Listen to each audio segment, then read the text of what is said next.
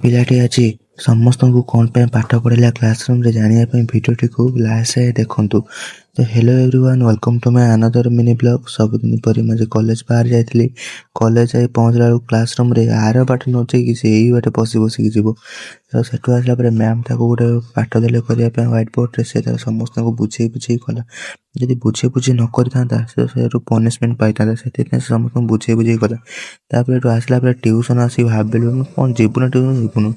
ତାପରେ ସେଠୁ ଆସିଲା ପରେ ଗୋଟେ ପିଲାଟି ତାର ଭାବିଲା, ପିଲାବେଳ କଥା ମନେ ପଡ଼ିଗଲା ତାର। ସେ ପ୍ରାଇଭେଟ୍ ବସ୍ ଦେଖୁଛି। ପିଲା ମୁଁ ତାର ଭିଡ଼ିଓ କରୁଛି ବୋଲି ସେ ମୋର ଭିଡ଼ିଓ କରୁଛି ଓଲଟା।